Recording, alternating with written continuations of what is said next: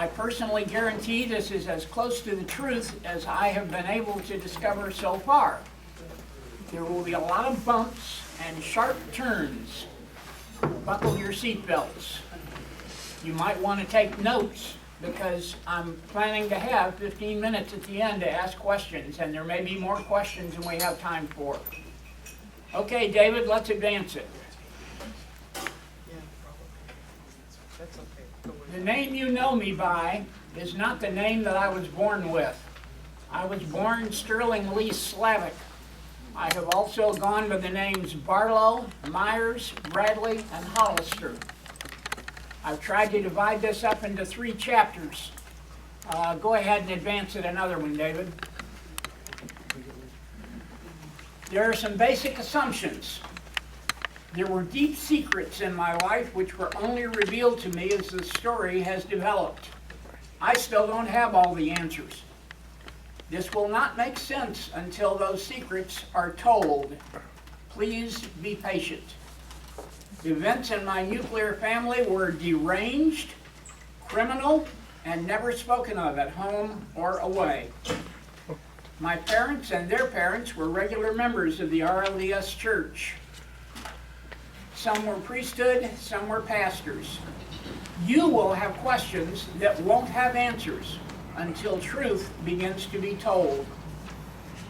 There are a lot of schools named here. To reduce confusion, I have made those names bold. Go ahead, David. There. This is Sterling Lee Slavic. I've changed a bit. My hair is thinned and it's gone gray. Surprise, surprise. Go ahead, David. Part A is my nuclear family.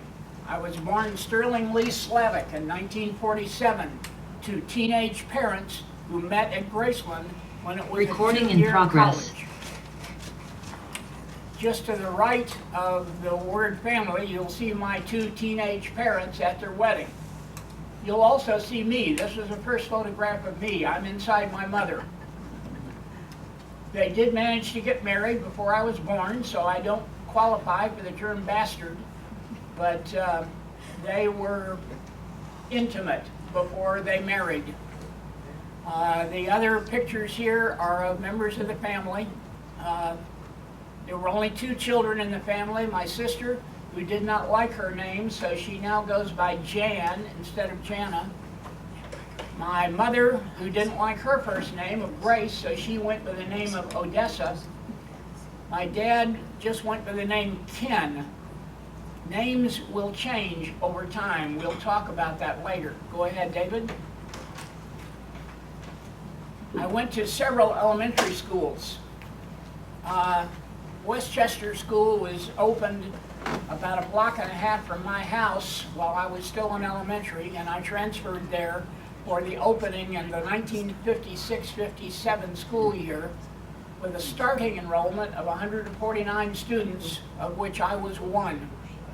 I was bored at school, so spent most of my time daydreaming and staring out the windows than paying attention in class. Teachers considered me educably mentally retarded. I was a discipline problem and spent a good deal of time out in the hall or in the principal's office. The mental retardation part came about because every year in the fall we were all given performance evaluations and mental competence exams. Each year I was promoted only on the condition that I could handle the more difficult work of the next higher grade. That all changed in the fall of 5th grade when I transferred to Washington University in St. Louis. And that is not a typo error. I was in 5th, no, that's fine, go ahead, David. I was in 5th grade class minding my own business. The classroom intercom speaker asked the teacher to send me to the office. This was not my first time visiting the principal. Wondering what infraction might have been discovered, I found my mother seated in front of the principal at her desk. My mother was crying. What had I done? The principal told my mother that my father had also been asked to participate, but he never went to school conferences like this. There had been other such meetings. It seems I had made a mistake. I had taken the academic competency and IQ exams. The results had come back, but something was wrong, and the principal was asking my mother's permission to test me again. I had given straight, as opposed to sarcastic or humorous answers, which was more like me, given straight answers to the test questions. I had never done that before. I thought about it, but couldn't remember any good reason for this oversight. However, if it got me out of that boring classroom, I was certainly game for a retake. Fast forward, the retake is accomplished. The first score was the second highest the National Testing Company had ever seen, anywhere in the world. The next IQ score from the retake was higher.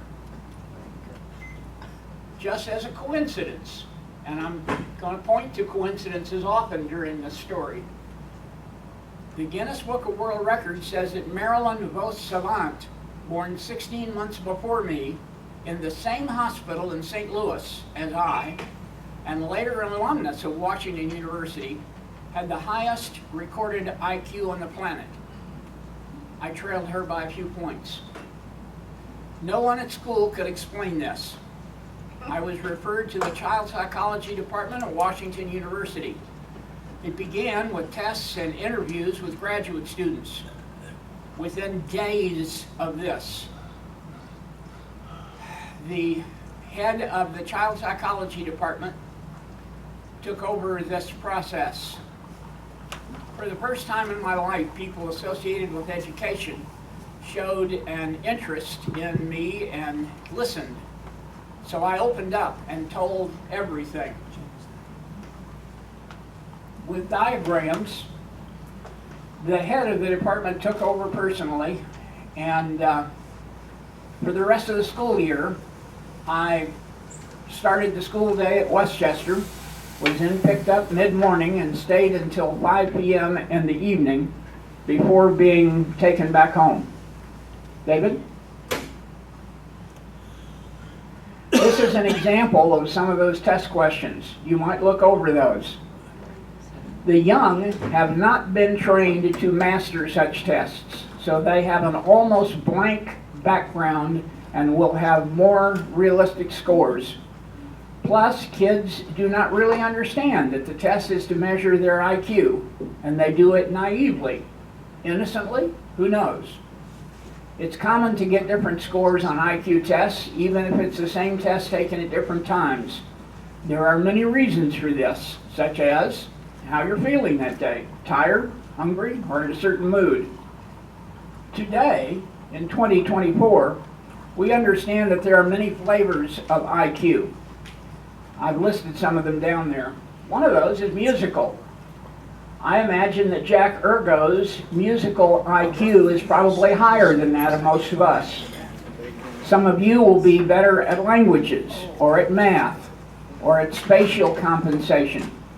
I was not blank or naive.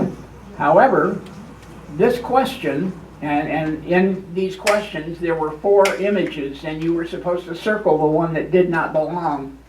I found this offensively simple. If they didn't know, I sure was not going to tell them. But I will tell you what happened in 5th grade. Go ahead, David. You need some background information. One of the most famous people in the 50s in this country was a guy named Carl Chessman, also known as a red light bandit. He was a convicted robber, kidnapper, and serial rapist who was sentenced to death for a number of crimes committed in January 1948 in Los Angeles. Chessman was charged with 17 counts and convicted under a loosely interpreted Little Lindbergh law. While in prison, Chessman was considered vexatious, that is, he caused annoyance. With one judge writing in 1957, Chessman was playing a game with the courts, stalling for time while the facts of the case grew cold.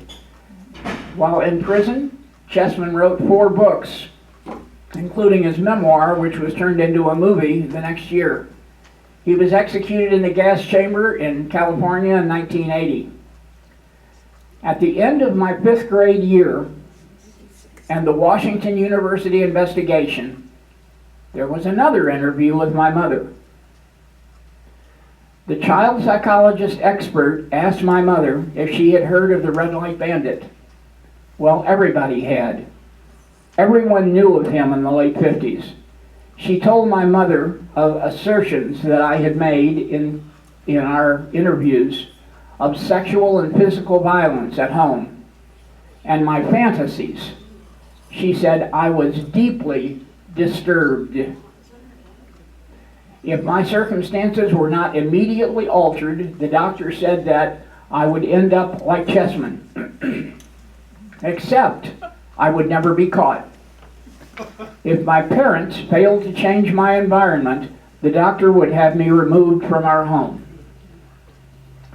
This is when my mother decided to go ahead with the divorce. My paternal grandmother then arranged for my transfer to a famous St. Louis institution, Rossman School. David? Rossman School is an independent, private preparatory school for students in pre-kindergarten, that's 4 years old, through grade 6. In 1958, the tuition was over $4,000. In 2024 dollars, that's $99,704 by today's economy. It is ranked among the nation's 50 best private elementary schools. For over 100 years, Rossman has provided children in the St. Louis area with a solid foundation in academics, athletics, language, and the arts, with development of strong character and leadership skills. The small, nurturing school community uses one class per grade. That is, there was one kindergarten, one first grade, one second grade, etc.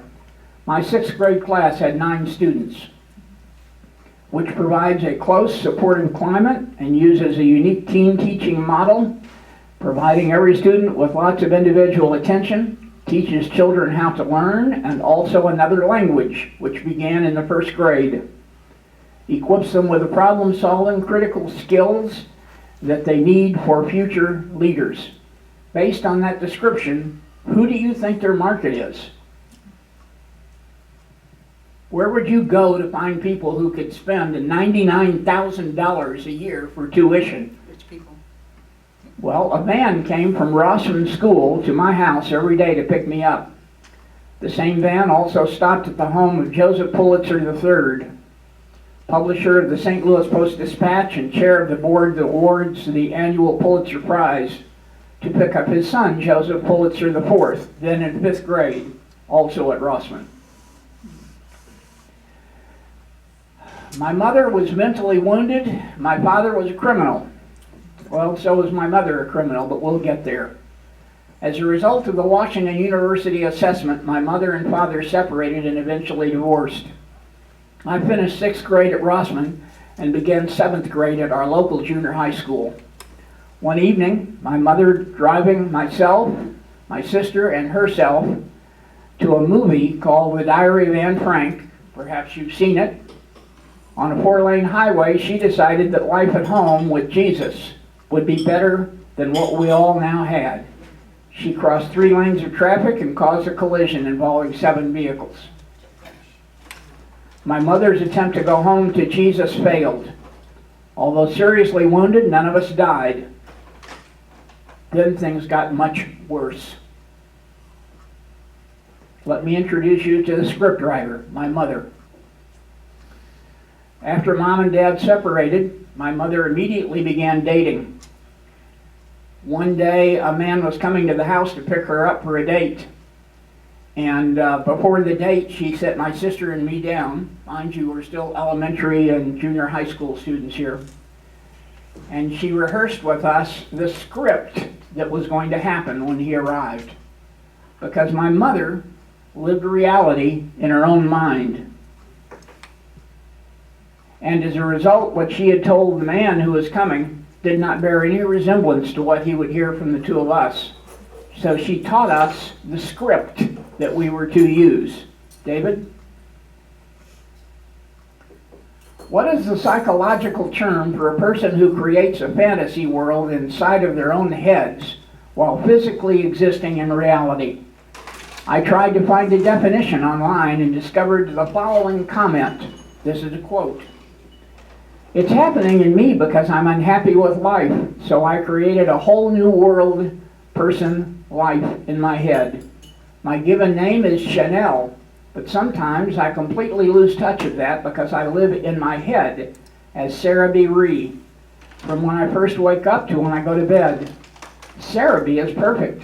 She's beautiful, smart, charismatic, talented, brave, bold, and sexy. I live as Sarah B. in my head to the point where I don't eat, shower, leave the house, or talk to anyone. I have no friends at all, but that's fine because Sarah B. is very popular and has a lot of friends. I don't have a job. I live with my mom, and we're barely getting by. But it's okay because Sarah B. has a successful career and is rich. I also use books, shows, movies, and music to help feed my false reality. This is the only thing in my entire life that makes me happy, that makes me laugh, that makes me feel something other than shame, sadness, disappointment, and anger." I thought my mother was the only one, and when I looked for an answer with Google, this is what I found. It's called paracosm. My mother was so good at this that very few noticed anything unusual at all. David? Most women assume that their last names, surnames, will change to that of their husband upon marriage. I'm telling you the names of my nuclear family, male and female. I was the only one happy enough to keep my original name. Well, at least I used to think so. In the paracosm example just given, Chanel preferred Sarah B. Ree. My mother wanted her children to carry her maiden name, Barlow, not Slavic. When we moved from Kirkwood down to Mobile, my mother registered my sister and me at school as Sterling and Jan Barlow. Nothing legal, but that was the name I was known by until I married. Not my choice, my mother's. My driver's license and passport retained the legal name. Confused yet? Remember I mentioned names at the beginning? What kind of person throws over their name because they don't like the name? It doesn't compare well to what's in their head. Just prior to marriage, I changed my name from Sterling Lee Slavic to Sterling Lee Slavic Barlow. Not because it was fitting with my self-image, but so people could recognize me, like you. None of my friends had ever heard the name Slavic before. David? The man in the middle here is my great-grandfather, my mother's father, John C. Curtis Sr. On the upper left, and I've got a pointer here, but I don't think it's going to work on this screen. Just barely. This is a picture of my great-grandfather and great-grandmother with their 9 children. My grandfather is the one sitting on the left in the front row. The one sitting on the right, perhaps some of you have heard of, not him, but his son. That's Bert Barlow. He had a son named T. Ed Barlow. Then the other 7 children are in the back. In the lower left, you'll see my grandfather and my grandmother. We call my grandmother Mimi. I'm sitting on my grandfather's lap. My sister is sitting with my grandmother, and the rest of those are first cousins. The picture in the upper right is the original Untouchables. Perhaps you saw the TV show or the movies. These people were real. These untouchable officers are armed with, left to right, an automatic pistol, a revolver, a shotgun, a machine gun, a club, a pickaxe, and a pry bar wrecking bar. The real-life Elliot Ness is on the left end. These were Al Capone's adversaries in Chicago. David? Elliot Ness and my grandfather were both employed to enforce prohibition. In 1919, the National Prohibition Act and the 18th Amendment of the United States were given somebody to enforce this stuff, and the prohibition of the manufacture, sale, and transportation of alcoholic beverages. The Bureau of Prohibition enforced these laws. Elliot Ness and the Untouchables worked for them in Chicago. My grandfather, John Curtis Barlow Sr., my mother's father, worked for them in the Deep South. My grandfather spent most of his time destroying stills in the swamps of the Gulf Coast. My grandfather also sang in the Mobile branch of the RLDS church choir that was a block away from his home, which was accompanied by his daughter, my mother, on the organ or piano. They were both lifetime alcoholics. Wait a minute. An alcoholic employee of the Bureau of Prohibition was hired to destroy illegal stills and arrest bootleggers? Well, there was that, and then there was the additional compensation. He didn't pay for his alcohol. Yep, this was not the only thing that the two of them shared. After my mom and dad divorced and separated, my sister wrote a pleading letter. One might think attempted suicide and murder of a crazy woman's children, not to mention the lives of the six people, or the lives of the people in the other 6 vehicles, would ring a warning bell. Apparently not. In 6th grade, my sister wrote a letter pleading with my mother's parents in Alabama to help us. Our mother, Odessa, had become less mentally and emotionally stable than just trying to kill the family or living in a dream world. That's paracosm for those of you who don't have it memorized yet. There'll be a test at the end. 2 of our mother's brothers, Ed and Fred, drove their passenger cars to Kirkwood, Missouri. They sold our home, all the furnishings, and everything that would not fit in their 2 cars, and moved us to Mobile, Alabama. At that time, my maternal grandmother, Mimi, and her husband, the alcoholic federal agent, now terminally ill with cancer and bedridden, shared their home with their oldest son, John, then recovering from amnesia for the 2nd time. This home was a 2-bedroom, 1-bath facility into which my mother, my sister, and I now relocated with a few clothes. David? This is a fairly recent real estate photo of that home. When we moved down there, the wing on the right, in the 2 right photographs, did not exist. Again, 2 bedrooms, 1 bath. My crazy mother, my sister, and I moved in with them. My mother and the 2 of us lived on the back porch. John moved to an apartment and began to build a 2-bedroom addition. This is on the right in the pictures. My grandfather died in his bed 3 months later. My grandmother was not employed outside the home. Duh.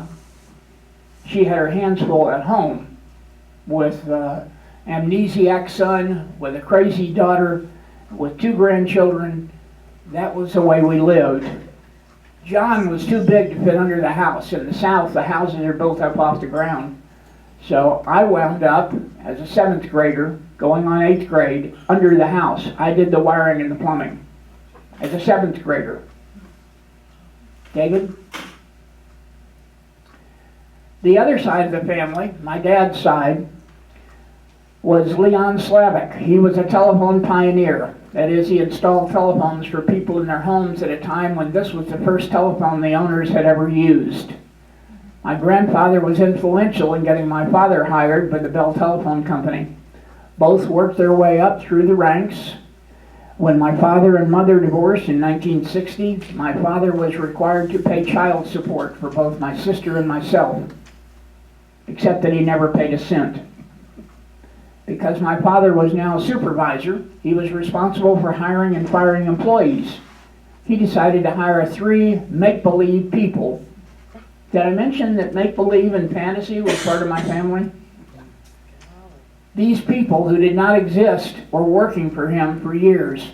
He lived off his monthly paycheck and those of the 3 ghosts. His mother, Loretta Kurlmeyer Slavic, my paternal grandmother, was an independent business consultant and independently wealthy. David? She was also an early pioneer in private aircraft and a member of the board of directors of the 99s, that's an International Women's Pilots Association. She owned a Beechcraft Bonanza single-engine plane and took me on my first aircraft ride from Alabama to Missouri. This is the same aircraft model currently planted in the backyard of the parking lot of Pizza Shack here in Lamoni. She was listed in Who's Who in Industry and Finance and other Who's Who editions. Now, two questions may have come up and were unanswered about my education at Rossman. First, how could we possibly pay for such an expensive school? And the answer to that is my mother, Loretta, had connections. She got me accepted and paid the bill. Second, how did a kid who was considered educably mentally retarded fare in such a high-power environment? The answer? In that 9-month school year, I learned most things that others learned in the previous 6 years. David? So I get to Alabama. At an odd time. My 8th through 12th grades were mostly full of what we now call advanced placement courses. No one thought me mentally retarded any longer. My junior and senior years in high school were stressful. Alabama Governor George Wallace, he's a small man in a suit standing in the door on the left of the upper picture, said, "Not in my state." When the federal government attempted racial desegregation, the Ku Klux Klan also said, "Not in my state." That burning cross and those white-robed idiots, I saw them in person. David?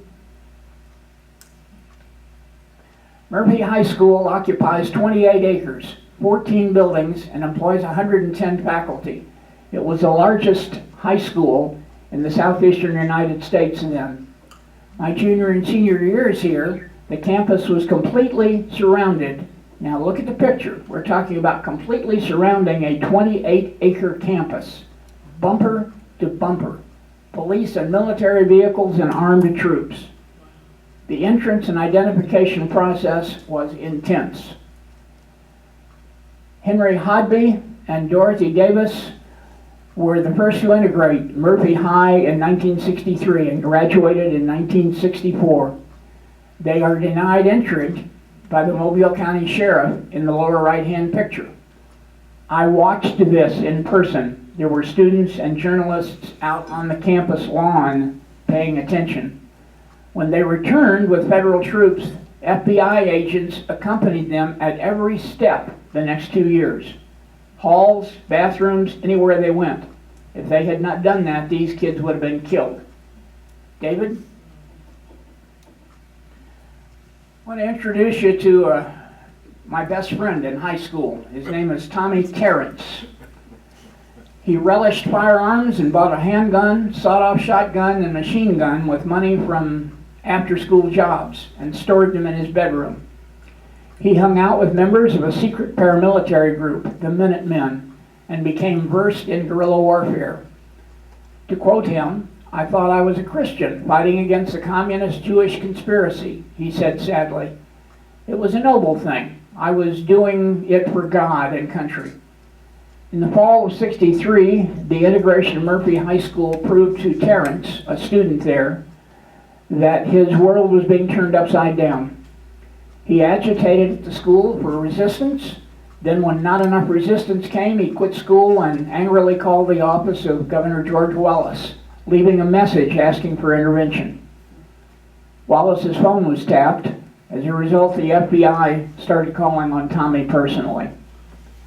Now, I can't tell you the whole story, and it's better than any story I've shared so far today. Tommy was convicted in 1968 of an attempted bombing at the home of Meyer Davidson. He was a rabbi at a Jewish synagogue in Meridian, Mississippi. Placed in solitary confinement at Mississippi's Parchman Penitentiary, considered by some the worst prison in the country, followed a brief escape. Terrence began to plumb his soul. In December 1976, Terrence got out of Parchman on a work-study or work-release program that enabled him to enroll at the University of Mississippi. 3 years later, he published his memoir, Consumed by Hate,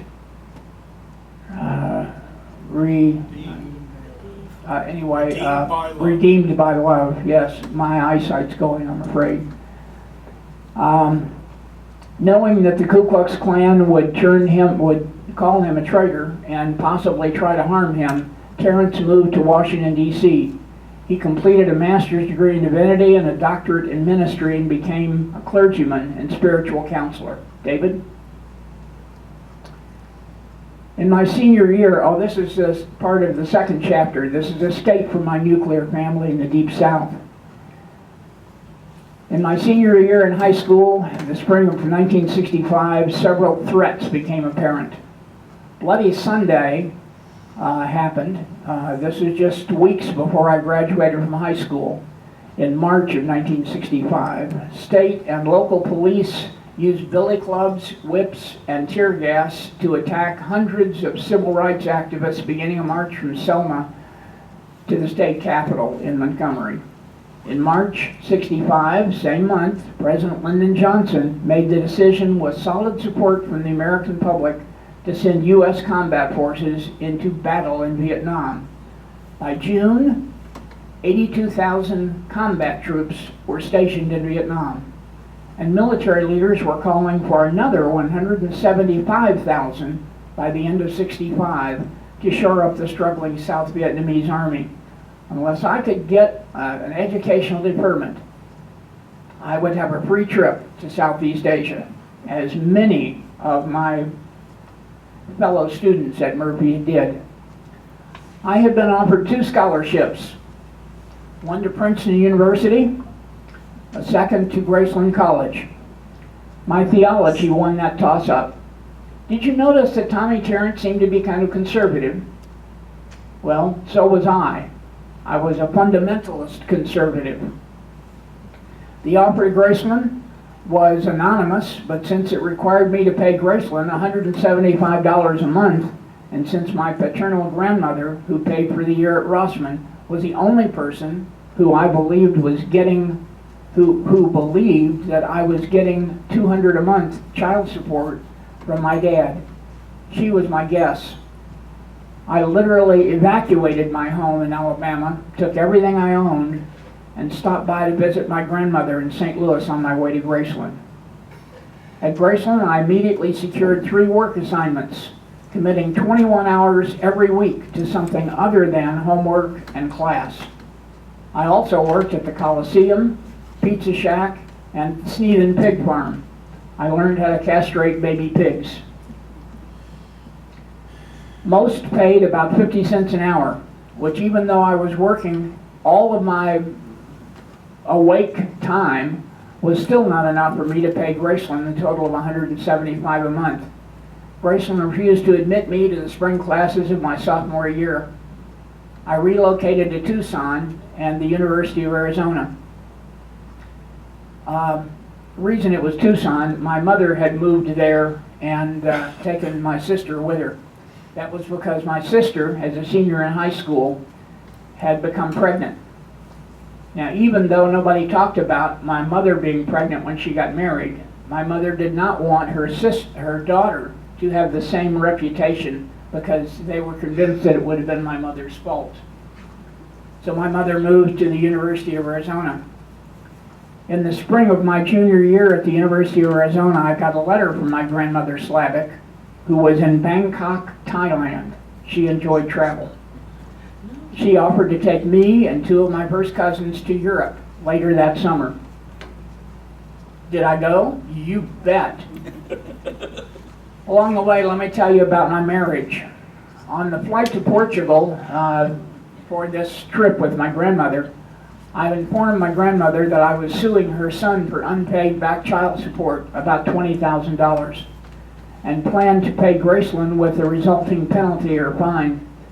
She was shocked and promised to pay Graceland for my senior year. After returning from our trip, I spent the rest of the summer working to pay my debt to Graceland. Also that summer, I met a young lady from Illinois, and she decided to attend the next year at Graceland. We became better acquainted. I graduated from Graceland and moved to Chinle, Arizona to teach science to the Navajo. Chris and I were married the next summer, and she came to Arizona, where we planned our future in independence. And the left-hand photo is me and my wife at our wedding. We were both adults at that point, not teenagers like my parents. We eventually started a family, and on the right, that's me and my wife Chris and our 3 children. I worked at Port Osage High School teaching science. Convinced that Jesus' return and the end of the world in less than 20 years would happen, we became preppers with a herd of milk goats, a team of mules, 52 fruit trees, and a 4-acre organic garden. In 1977, I bought my first computer. You need to know how the timing works there. The Apple II was introduced in 1978. The IBM PC was introduced in August of 1981. But in 78, I bought my first computer. I left, in 79, I bought the computer, left teaching, and began to work for the church at Blue Valley Stake Office. David? In 1980, after computerizing the stake, that is all the membership and all the financial issues, with my own Apple II, I left that job to start the Computer Science Academy, teaching children to program games and program robots to square dance. That fall, their parents asked if I would teach adults about these new machines. The timing could not have been better. We became the official training facility for the city of Kansas City and taught college professors how to program in BASIC and use databases, word processors, and spreadsheets. Those things were not part of the mainframe environment. Let me just suggest it was a profitable endeavor. Very profitable. Before leaving the teaching profession, I began a series of high adventure trips with students who wished we traveled to and camped in national parks all over the western United States.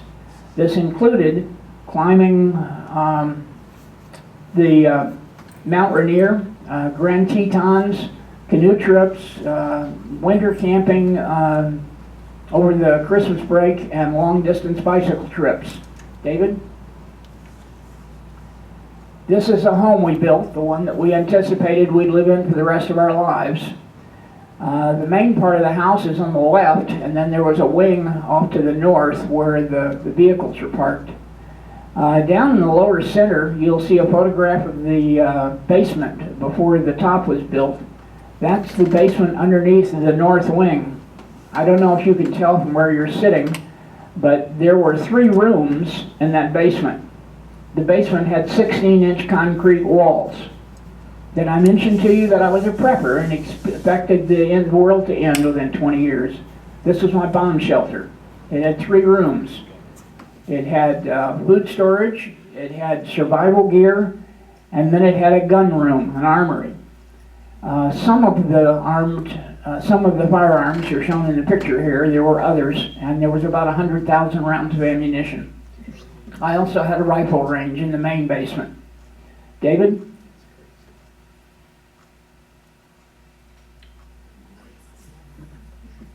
Hello, David. There we go. On the right-hand side, the black and white photos are the ones that I took on the European trip. Left to right, top to bottom, we've got Copenhagen, Denmark. We've got me on a camel in Morocco. We've got Notre Dame. We've got me jumping off of a cliff above the Blue Grotto in Naples, Italy. And then you've got East Berlin. We toured all of those places. The color photo in the lower left, this is the International Bicycle Touring Society. My wife and I and my mother-in-law bicycled through Austria and Yugoslavia and the Carpathian Alps in 1973. I don't know how well you can tell, but second from the right in the back row with the red hair and the white teeth is the guy I used to be. I no longer have teeth or white hair, or red hair. My wife is right in front of me. My mother-in-law is in the center on the front row. David?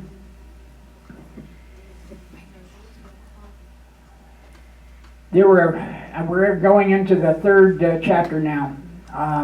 I've got about 6 minutes before I got to cut this off, so I'll speak quickly. The church was changing. Before leaving stake employment, I had acquired the 1980 U.S. Census data for Greater Kansas City and noticed a reduction in membership. This caused two things: my enrollment in Midwest Baptist Theological Seminary, because the Baptists were growing and appeared to know how to do it, and permission from the apostle to plant a new church in northeast Blue Valley Stake, Osage Hills. The idea to create an atmosphere where all were welcome regardless of specific belief, an attempt to teach everyone to love each other. As Osage Hills was growing, I received a request from the apostle and First Presidency to train my replacement as a pastor and return my membership to the Buckner Congregation, where my conservative status was still accepted.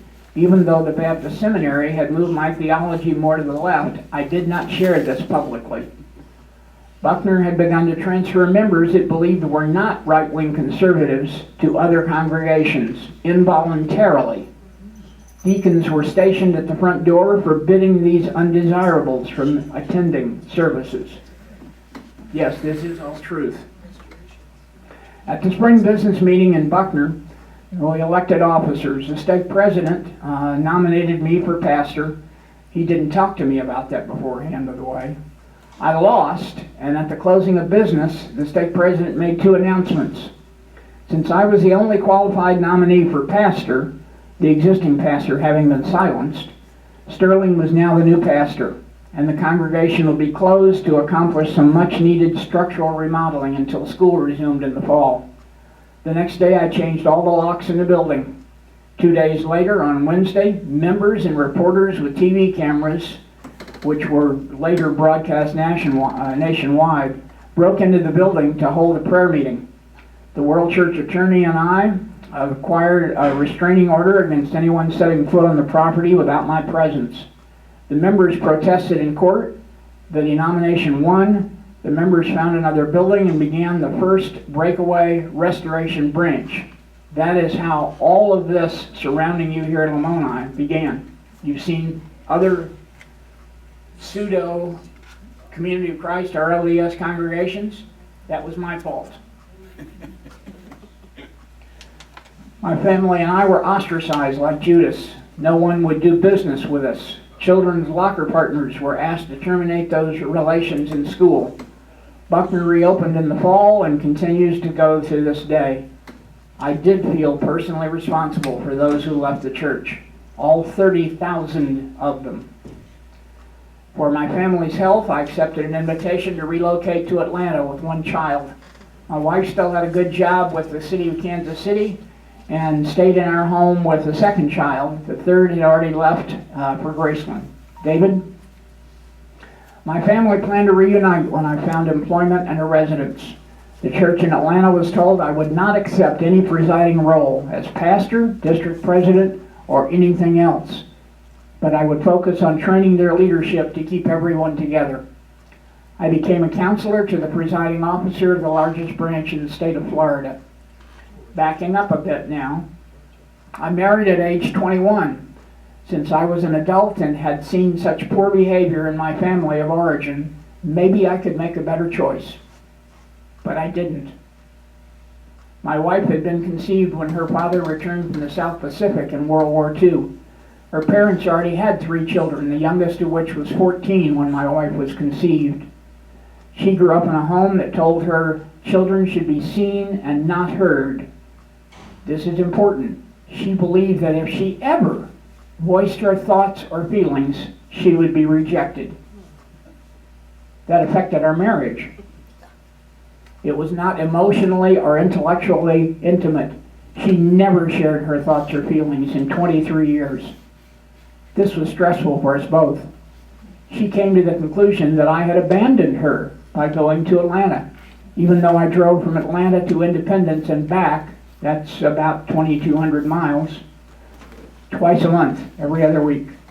David? She sold the house, packed up the contents, and moved to Atlanta with the remaining child. And she walked in on me, and my stress and ulcers had disappeared in Atlanta. 3 days after her arrival, I noticed that I could no longer read the large green and white interstate directional signs. The ophthalmologist told me that the problem was not my eyes, but that I must have experienced some extreme stress recently. The stress had caused my autoimmune system to malfunction and destroy the insulin-producing cells in my pancreas. I was now type 1 diabetic and must inject manufactured insulin for the remainder of my life. If I did not reduce the stress, my life would end within months. So, the 3 changes that all happened in the same day. I divorced my wife. I told her that I would take no assets with me. No money, real estate, retirement accounts, investments, furniture, tools, anything. I sold the firearms and books and gave the money to her. My life values had to change. I had to give up capitalistic societal goals, stop seeking wealth, fame, power, and prestige, reduce consumption. The values I wished to fully adopt were those modeled by Jesus: love, generosity, humility, cooperation instead of competition. I loved education, that is, mental and spiritual growth, but no longer would admit the existence of degrees or accept more. The pastor of my congregation in Atlanta called me up and confessed a long-standing affair. He resigned, naming me the new pastor, despite the condition that I made when moving to Atlanta.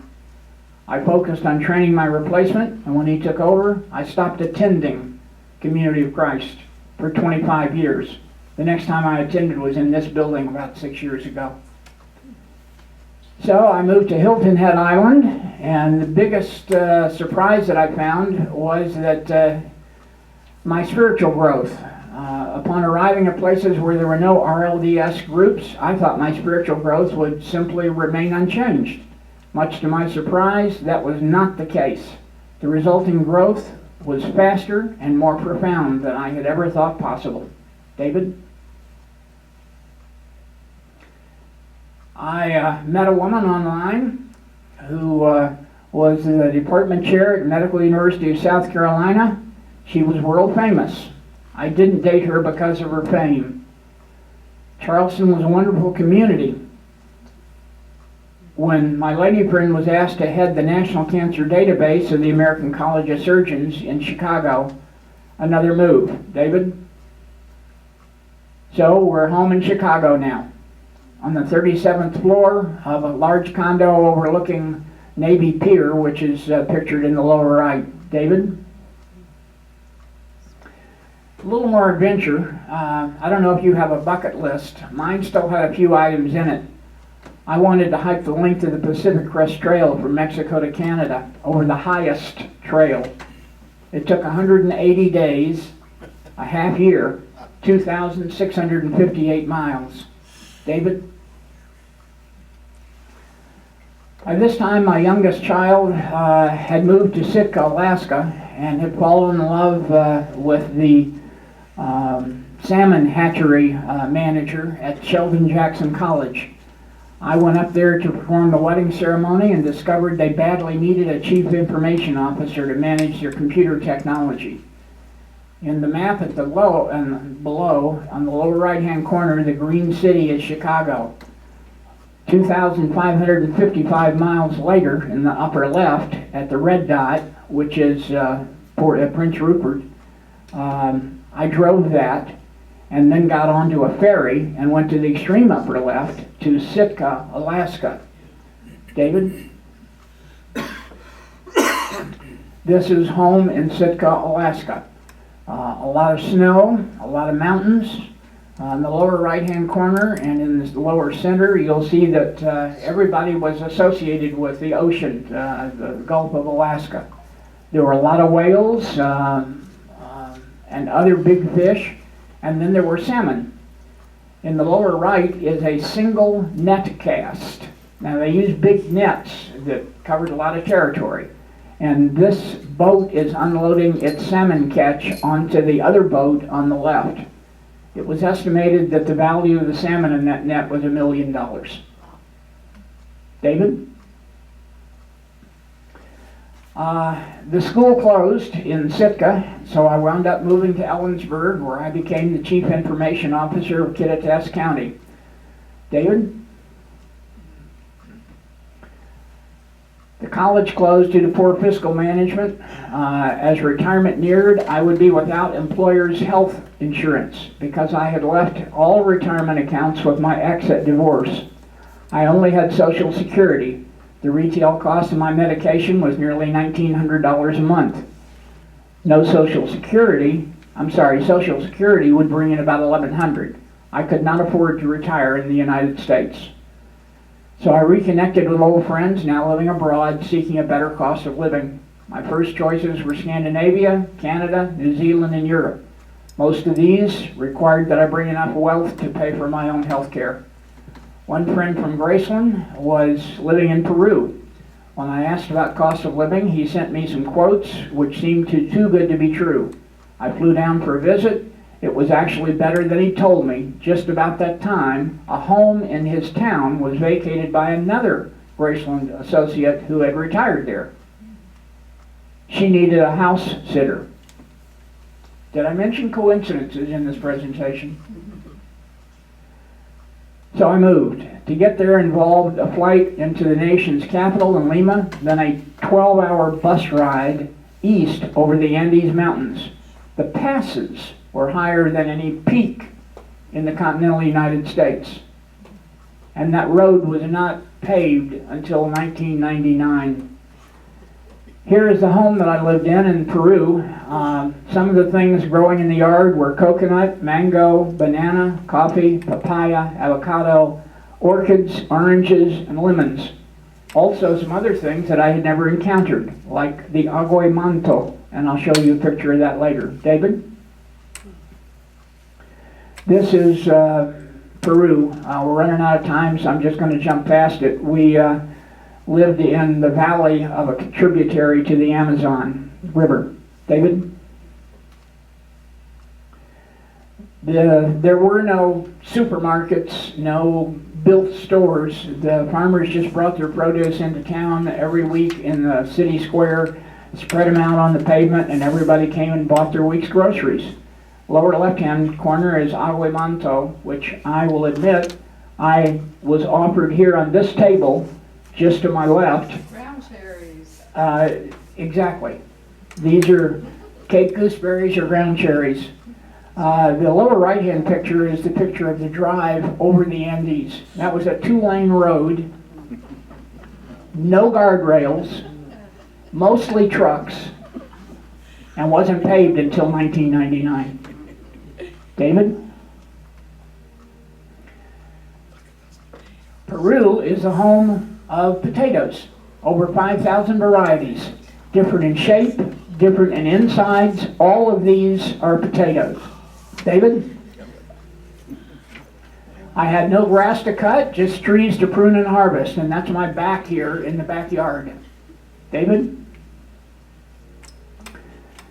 I died in Peru. That's another story. We'll move on. I wound up moving to Eureka and Arcata, which is where my younger daughter lived, and that's where today you've got Cal Poly University. David? While I was searching for some round-trip transportation to my 50th class reunion at Graceland, my landlady and her daughter relocated to Florida to be with her son and new grandchild. She and her daughter drove to Florida in her daughter's car. The landlady's car had been foreclosed by a bank in Florida. The round trip between Florida and California was too far away to repossess the vehicle. So after she fell behind on payments to the Florida bank, she simply left the car with the keys in it on the curb. I used it to move my possessions into a storage unit and drove the van to Lamoni. I like the people here, that's you folks. So I decided to stay, there being no more California home. I was at that point homeless. I was living in a van. I leased the Lamoni apartment and drove the car back to California to pick up my stored belongings, but I never got there. The car's engine self-destructed on the Nebraska-Montana line. I've been here ever since, closing on 6 years, paying storage fees and still looking for a way to retrieve stuff. David? Now, how did somebody from this kind of a family with this kind of a background escape being locked up in a crazy bin somewhere or in a prison? Well, the Boy Scouts, the church, and education made the difference.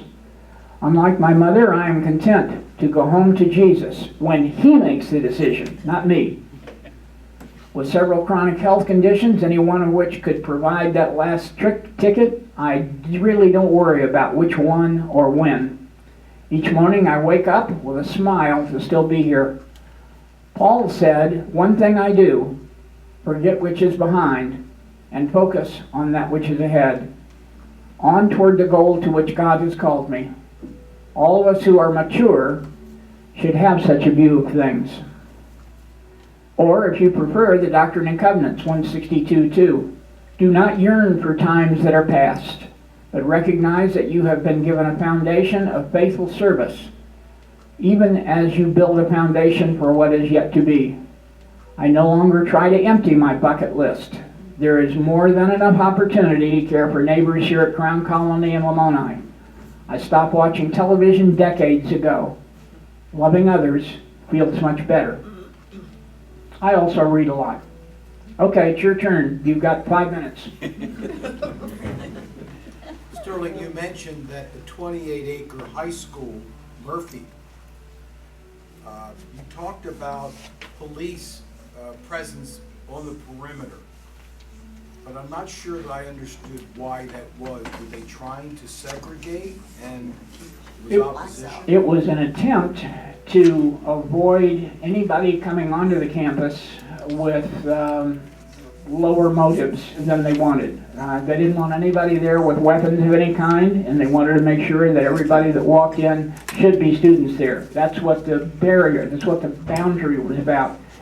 On the campus itself, the 2 students who had integrated had to be accompanied step by step anytime they were on the campus.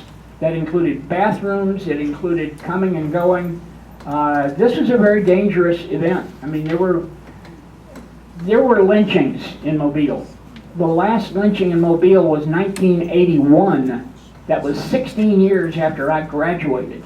So you're suggesting that local government approved the cost of policing that high school? No. You saw the local police. They tried to bar the campus from being integrated. No, these were all federal agents. They were FBI agents who accompanied the students, and they were National Guard or other national police, and I'm sure there were CIA and others involved. But why that high school? Because it was the first integrated high school in the Southeast. And because George Wallace said no. That's why. I got a question for you. Yeah, go ahead, John. One of the things, I remember your tapes from the 70s. They went viral. That's what viral meant back in the 70s. People passed tapes around of some of your sermons and talks about the Book of Mormon, things like that. And so one of the questions I'm curious about is the people back in the 70s, including your wife and family, did they know who you were, the kind of person you're sharing? I mean, your history that you're sharing with us today. How much of that was kept under wraps from even your family or the people around you in the 70s? You saw the first and second slides here. Yeah. I didn't know those things. I have had to learn truth all along the way.